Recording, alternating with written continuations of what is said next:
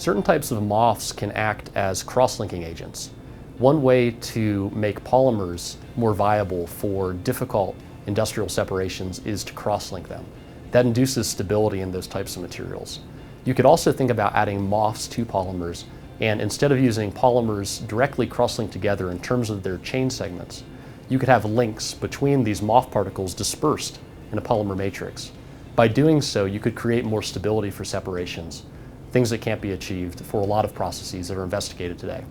If you look at polymers that are used today for gas separations in industry, for example, they're made out of building blocks that are hydrocarbon-based.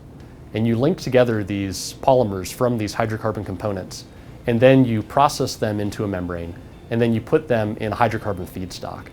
One of the challenges here is that when you've got the same type of functionality in your polymer that you have in the feed stream that you're trying to separate, is that that feed stream can interact with the polymer in ways that are really disadvantageous.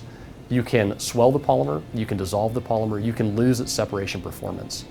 A few things that we're looking at are finding ways to incorporate non-hydrocarbon-based components into polymers so that we can have, say, fluorine-containing polymers that interact less strongly with hydrocarbon-based mixtures.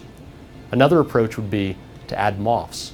And by using MOFs, you can start to change around the type of chemistry that you have access to that's different from traditional organic polymers used for making membranes. In terms of storage, I normally look at gas storage applications. This is one of the benefits of porous materials. You have a lot of area where molecules can soak up into these sponge-like materials. You can get very high uptake if you have the right type of structure you've created in the lab. So we're using these materials that are porous not only for separations, but for capturing things like hydrogen, or for capturing things like methane, or in certain cases, capturing things like CO2. It's really a challenge to find materials that selectively bind one of these components in very high capacity so that you can use them and then remove them when you need to remove them later at the end of a process. This wouldn't necessarily be in an industrial process, but if you're looking at making a car that's powered by hydrogen or a car that's powered by natural gas, one of the challenges is how do you store enough of that component, that gas, so that you can use it for fueling the vehicle. And so you can think about adding a porous material where once it's incorporated into your fuel tank, you can actually hold more hydrogen or more methane than an empty fuel tank.